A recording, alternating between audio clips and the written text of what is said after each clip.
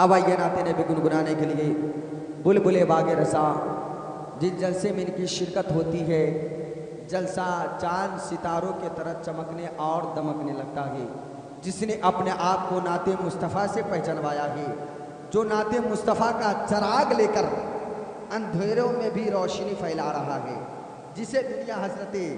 چراغ کلکتوی کے نام سے جانتی اور پہچانتی ہے۔ آئیے ان کا استقبال کرتا ہوں ان شعر کے ساتھ کہ 72 میں تھے تسلیم و رضا والے۔ کتنے لوگ امام حسین سے محبت کرتے؟ کہے یا حسین، دونوں ہاتھ لڑا کر کہے یا حسین، یہ سوچ کر کہے یا حسین کہ محترم دل میں ایک غم جاگ جاتا ہے،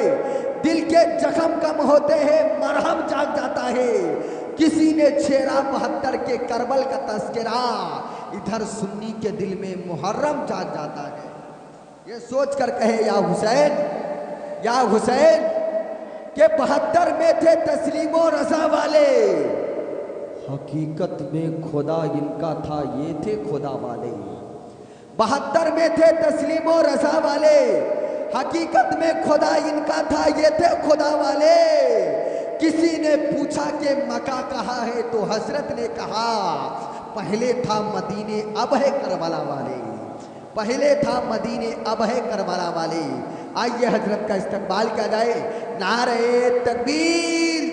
جیسا مہمان ویسا ہی دسترخوان بچھنا چاہیے، ہے کہ نہیں؟ آپ لوگ نعرہ کا استقبال زوردار کیجئے، نعرہ تکبیر، اور آواز بلند ہونی چاہیے۔ وہ لوگ ہاتھ اٹھا کر نعرہ کا استقبال کرے جو ہمیشہ دن کا پیغام ہوا کرتا ہے، بلکہ گھر میں نہیں بلکہ میدان پر،